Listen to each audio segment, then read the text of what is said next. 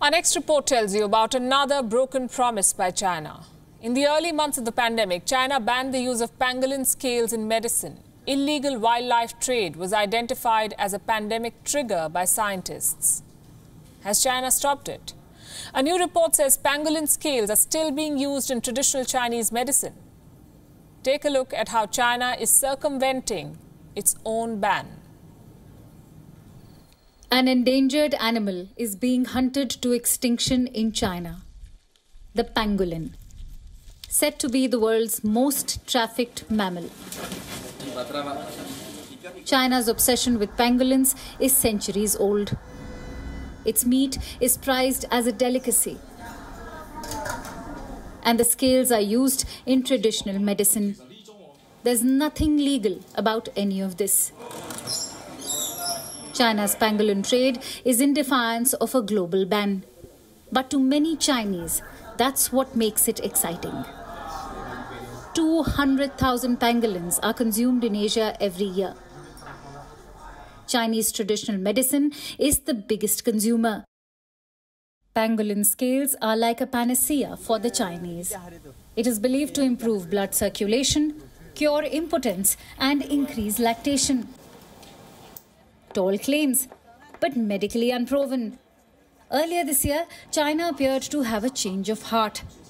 Pangolin scales were banned from use in traditional medicine. It was partially due to mounting evidence that pangolins were carriers of coronavirus strains. The world community was upbeat. Conservationists were drawing up plans to revive the pangolin population.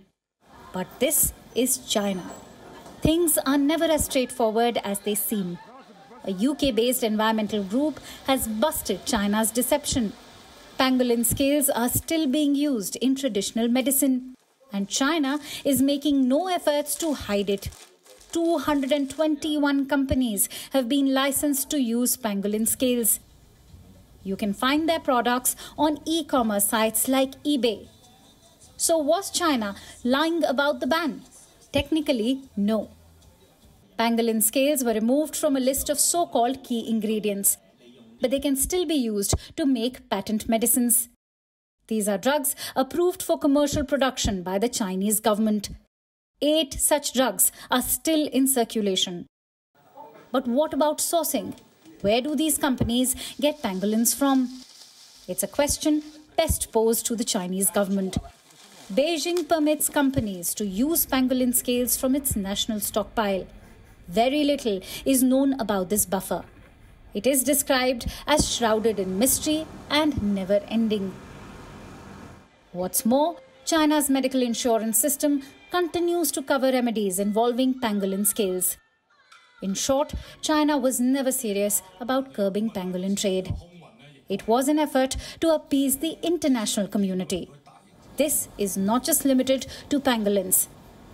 China continues to be the hub of illegal wildlife trade, an industry worth around $20 billion. But China is playing a dangerous game. Wet markets and slaughterhouses are breeding grounds for viruses.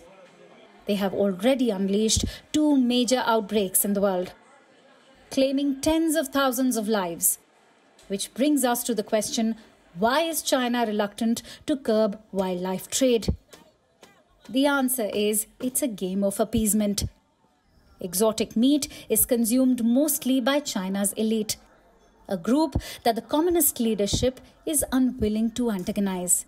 Bureau Report, WION World is One.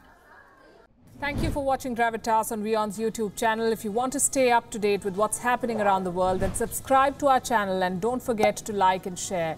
Thank you very much for watching WION World is One.